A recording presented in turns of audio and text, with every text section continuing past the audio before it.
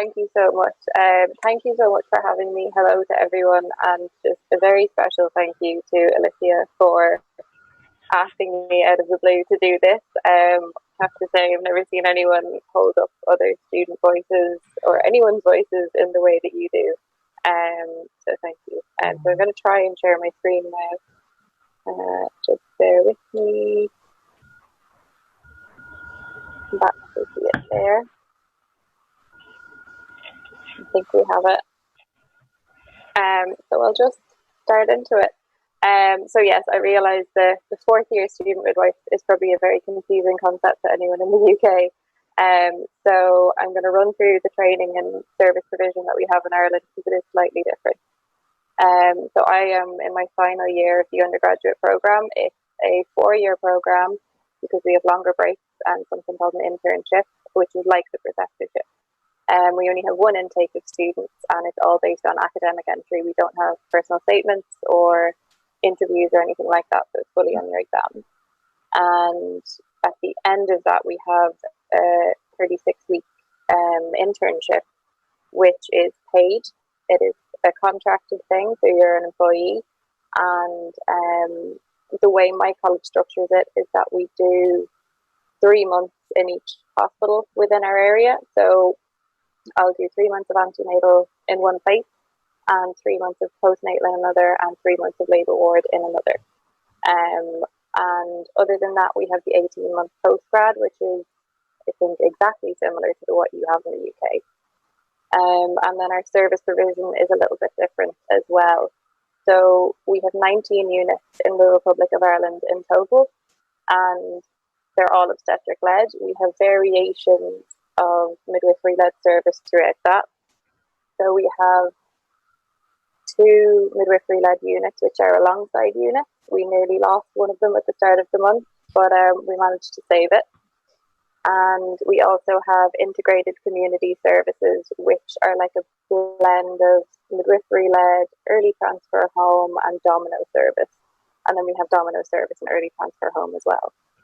And we have home birth out of 2 of our hospitals, and through independent midwives, we call them self-employed community midwives, and then through private midwifery as well. And I just put this quote in the middle because I found it while I was looking for the accurate information for this. And it's from our regulator's website. It was just on a recruitment page, but I thought it was a really perfect summing up of what's going on at the minute. What's always going on in midwifery, but especially at the minute. We're helping families and parents at a critical time, and there's no more critical time than pregnancy, and especially pregnancy in a pandemic. And then I just really love the image underneath. I have no idea who the original artist is, but it's just a really nice image of privilege of the job we have. So then from that, the way things normally are, to this, a change of course. When the colleges closed in Ireland on the 12th of March, I was 4 days back from an 18-week placement block, so I was delighted to have my placement out of the way. But like everyone else, it was a total upheaval.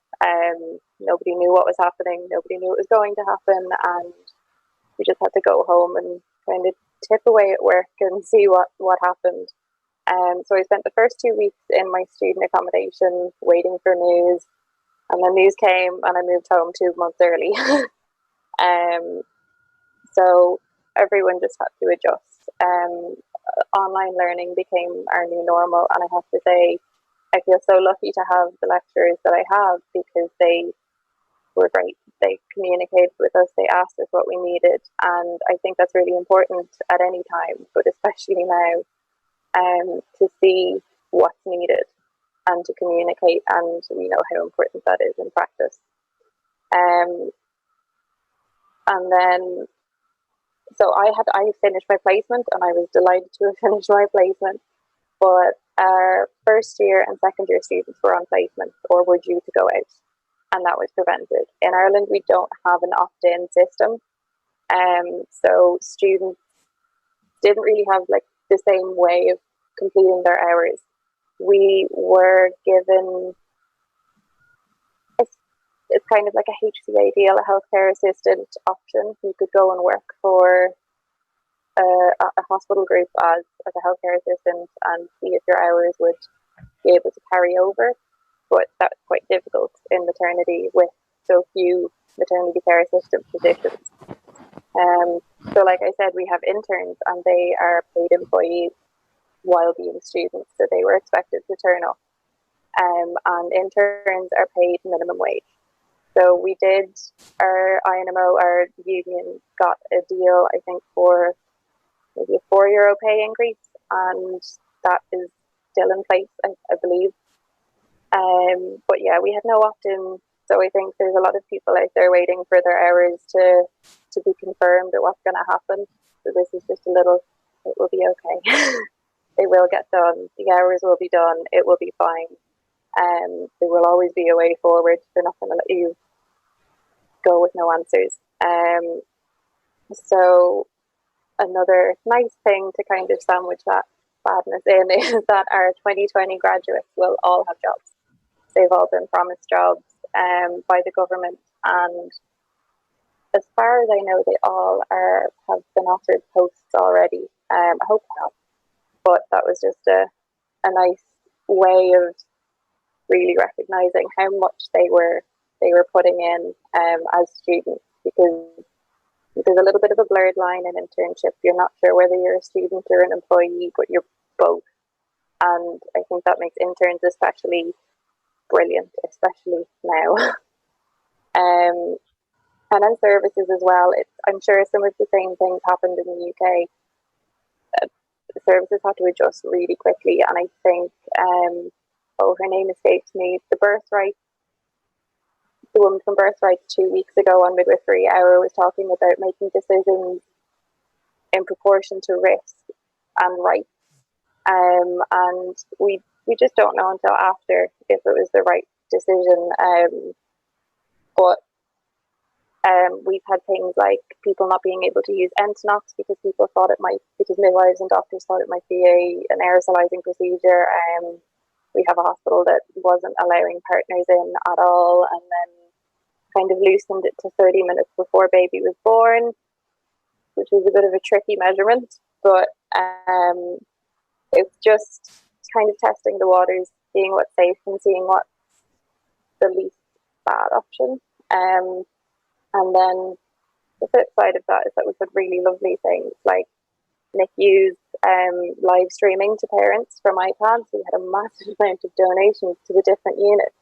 So there's pictures appearing online of babies with little signs saying, I drank this much today, or I gained a pound, and nice little things like that to keep people connected, which was lovely.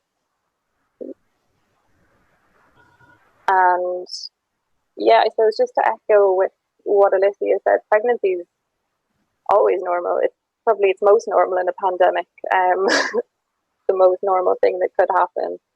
And I think something that was tricky to remember is that it can be really overwhelming for any midwife, but especially a student midwife or an intern midwife, to be able to provide that normal in a pandemic when we are in PPE that's uncomfortable and we don't know you have to standard precautions expect of everyone is suspected COVID, and that's stressful. And I think it was really wonderful for something like Midwifery Hour to appear, because I know when I moved home from college that Midwifery Hour appeared and I was like, oh, something to keep me connected, something to keep me in tune with what's going on in midwifery. And then the COVID cohorts as well, to see that other students were doing the same, sitting at home, waiting, wondering.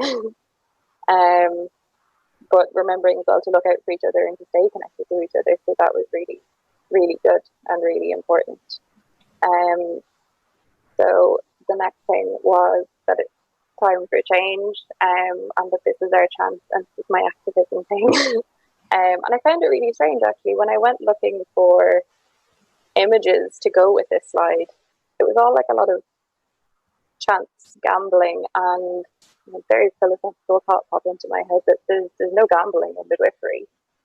Midwifery is a sure thing. Midwives will always be there. Midwives will always be there providing normality and comfort and a hand to hold and a glucose tablet and something to keep you going. And I think we do that for families and we do that for women in labour a lot, but we can forget to do it for ourselves and for each other. So let's not do that anymore. Looking back on what we've done in this pandemic is really important. It's really important to keep celebrating midwives, keep celebrating all of the key workers, all of the frontliners, and recognise that, don't make them pay for college. Because in Ireland we are just to slide it in, our college system of grants is different. We pay either a student contribution, which is a lot less than tuition you pay, as far as I know, and sometimes we don't pay that. I'm very lucky to get a grant, and we don't ever have to pay that back. Not all, but the majority of our college students don't leave in debt, and I think that's really important, especially for healthcare professionals and healthcare students, to not leave with that burden. But that's another activist thing for another day. So yeah, this is our chance to reflect and look back and see, what did we do right, what did we do less right, and what changed that we thought we couldn't change before. Why did we think we couldn't change it before, and what do we need to do to change other things that we thought were impossible, in practice and in education, because online learning, tricky as it has been, is brilliant. I really enjoyed it, and I know it's given a bit of flexibility to people that would have struggled with the 9 to 5 of college before. So I think these are all questions to ask, even if not questions to get the answers to, but things to consider and chat about. And then things in practice like home birth. I think we had a little bit of a spike in home birth inquiries, and especially in Ireland where home birth just isn't accessible. That's a really important conversation to have. And what happened with our MLU in Cavan, my college is one of the only with access to the MLUs, and it's why I chose my college, because they're wonderful. And to examine why we haven't got more, why two countries that are so geographically close and demographically close have such a difference in the way we provide care. Those are important conversations to have. And yeah, just to kind of not forget the amazing things we did during this time.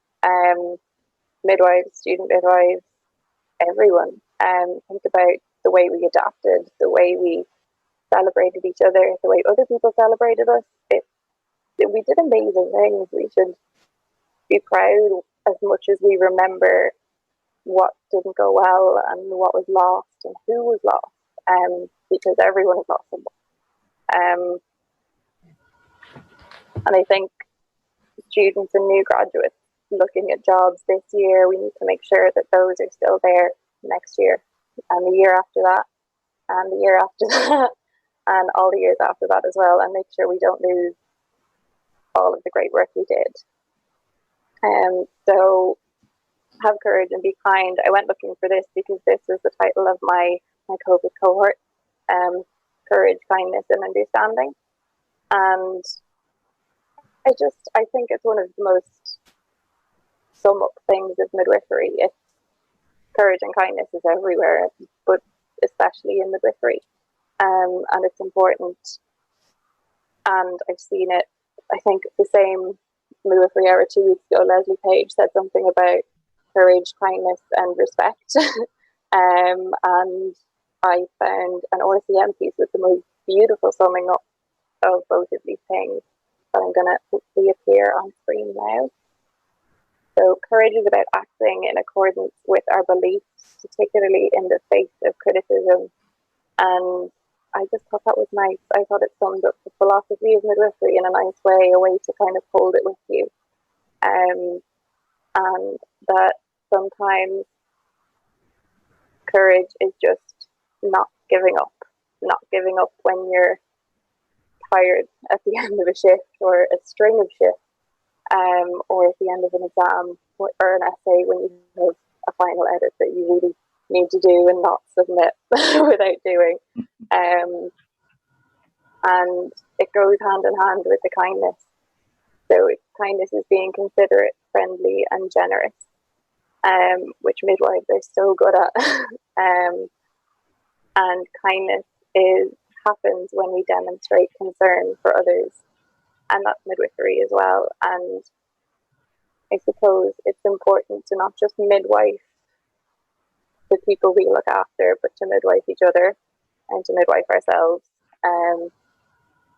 So I just thought these were really nice. And you just never find courage and kindness in the same way anywhere else than you do with midwives or student midwives or midwife educators, or midwifery podcasts. So I'm going to leave it with this, which I'm going to butcher if I try and pronounce. A saying I've kind of clung to in the last couple of weeks: if there's no strength without unity. And I think that my activist brain and my midwife brain come together. We can't do any of it alone. We couldn't get through a pandemic alone. We have to rely on each other.